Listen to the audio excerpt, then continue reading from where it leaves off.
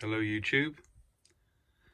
I've been tagged by the lovely Joyce from What I Grow NL Allotment about what I watch, read and do other than gardening. So if you'd like to go over and check out Joyce's channel, she's got a great channel on what she grows and it's well worth the watch.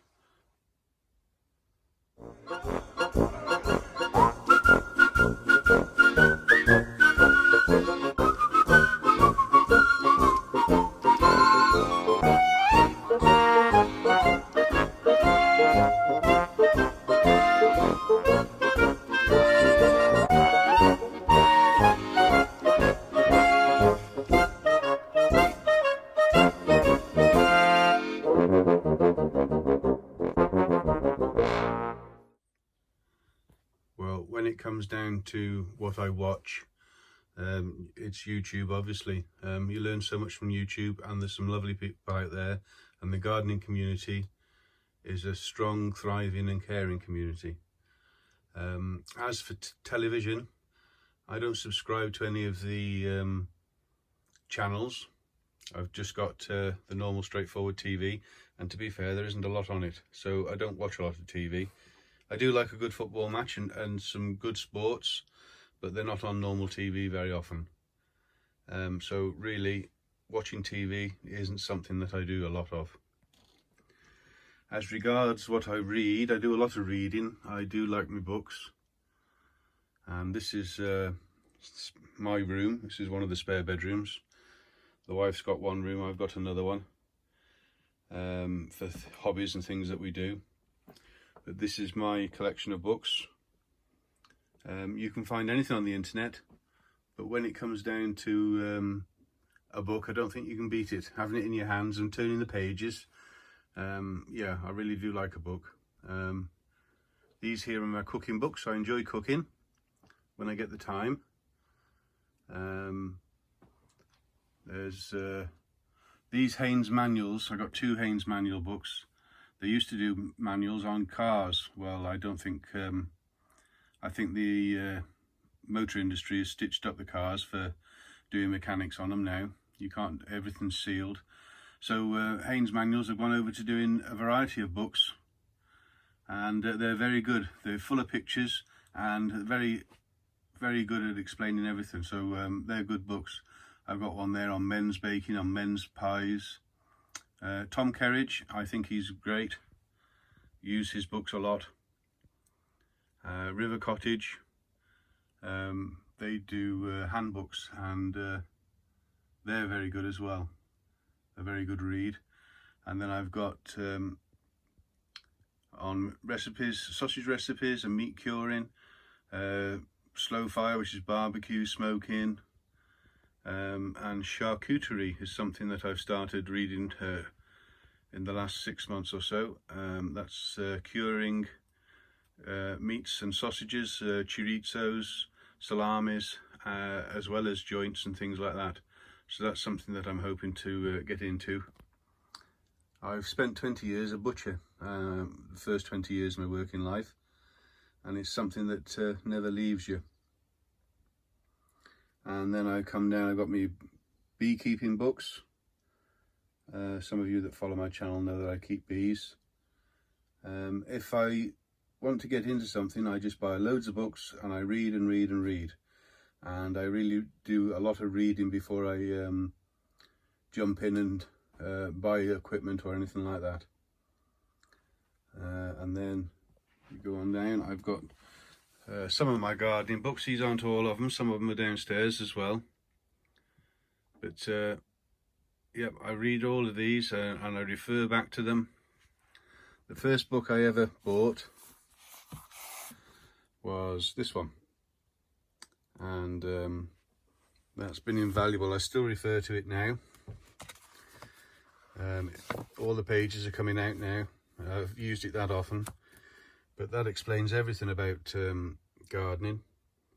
And that was my first book, as I say, and I read and read and read it, and I still refer to it now for distances and depths and problems with plants and all that sort of thing. So that's I can recommend that to anybody.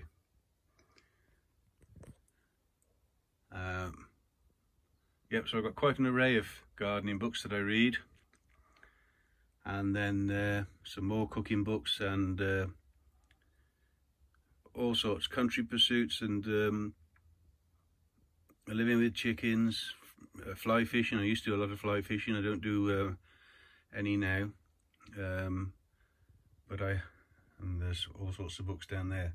So reading is a big thing for me, and but fiction, I can honestly say I've never ever read a fiction book.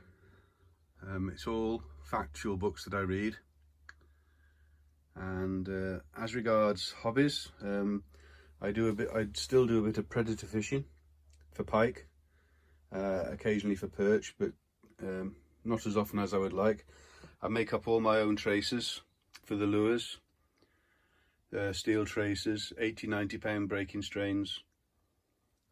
So that's something else that I like to do. You can just nip down the river for a couple of hours in the morning, and yeah, it's something that I quite enjoy doing. And I've got loads of maps, and there's some more books, but underneath the desk is full of maps from when I've been lorry driving and different places I go. Sat nav is a big thing now, but I still like to have a map. And there's the wife and I 20 years ago, and my mum and dad.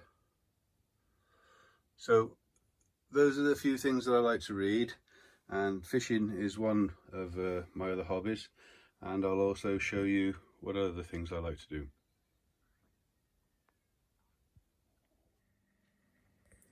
This is some pork loin that I'm making bacon with. I think those two pieces cost me about £8, and you just cover them in salt. You can get the salt off the internet for dry cured bacon, and once you've done this yourself, you'll never buy bacon again. When you cook it, you don't get any of that milky white juice out of it. It's not full of water, and it's just a totally different product altogether. It takes about 3 days, that's all it takes.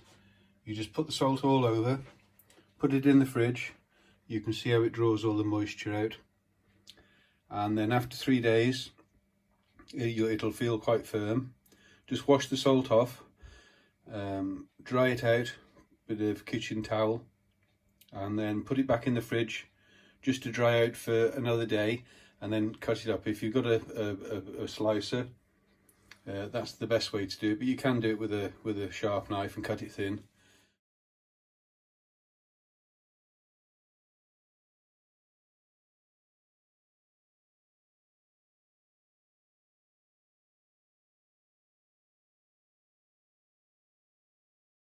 But you'll never buy bacon again once you've tried it doing it this way. And you can also do hams with it as well. A very cheap and easy way to make real good quality bacon.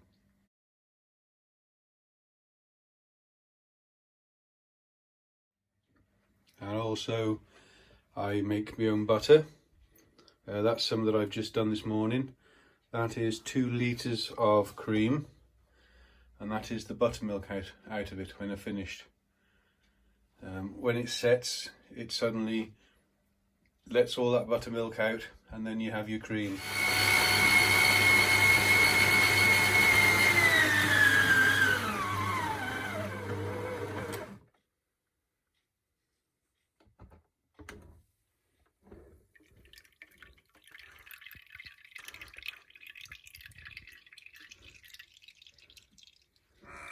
This here, you can still see a little bit of the buttermilk in the bottom. This has got to be washed yet. If you don't wash it and squeeze it and get all the white liquid out of it until the water runs clear, otherwise it won't keep, it goes rancid. So you have to wash the buttermilk out. And this is the stage where I just put a little bit of salt in it to taste. You might not want salt in it, but making your own butter is easier than you think, and it tastes so much better than the shop bought. And it's just nice to do these things yourself. And the buttermilk obviously won't go to waste. That will be used in baking. I'll probably take that to my mum's. My mum likes to use that, and I'm sure we'll get some of the spoils from it. So that's how I make bacon, and that's some of the butter.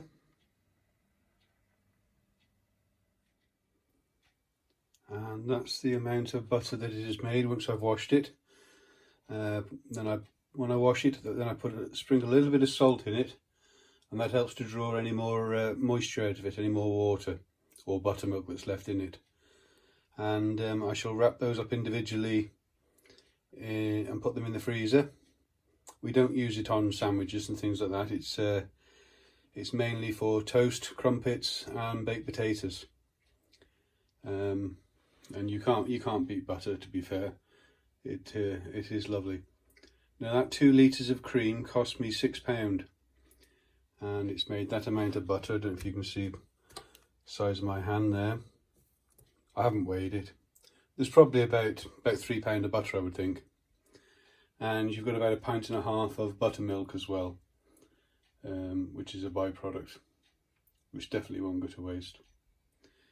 I also make pork pies.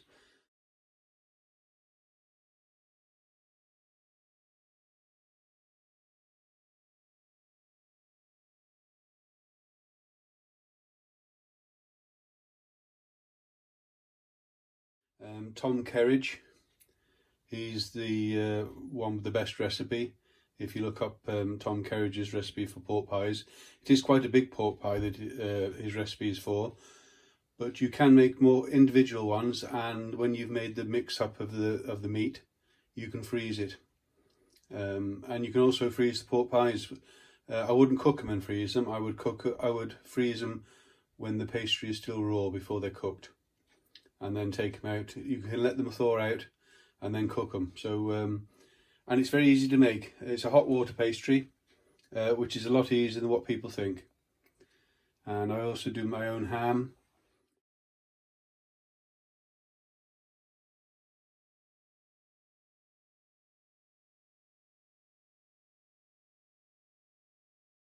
Sausage, make your own sausage.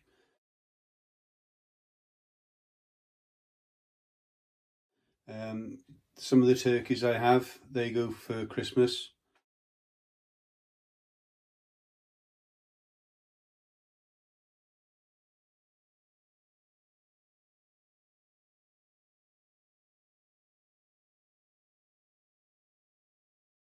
Not just for Christmas, but it's just the wife and I butcher them up and make sausage and burgers out of them and joints. And a couple of 3 large turkeys will last us 12 months.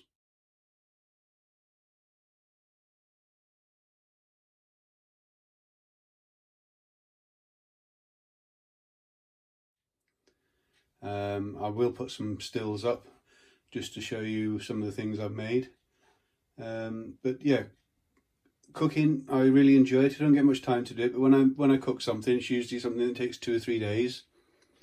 You know, really bring out the flavour. Make your stocks properly, using bones and veg and all that sort of thing. And yeah, I really enjoy doing it. Well, I've waffled on far too long, and I shan't nominate anybody for this tag, as I think a lot of people have already done it, so I'll leave it open to anybody else who wants to just do it. It's still very wet here. The polytunnel, 1 or 2 people have been asking. It is coming on slowly, but I've had nothing but rain. I only get 2.5 days a week, and the door frames are in, they're in the ground and buried back up again. So it is coming on. I'm sure I'll have it up ready for spring, but I aren't rushing it. I'm trying to do a proper job of it, and that's where I am with the polytunnel at the moment. Probably come back with a video on my potatoes for Christmas, if there's anything in the buckets. I did get blight on them and had to take the tops out, and I've left them in the greenhouse in the tub, so I don't know if there'll be anything underneath or not. I've waffled on far too long, so take good care everybody, and many thanks for watching. Thumbs up if you like, and please think of subscribing. Thanks a lot, take care, bye bye.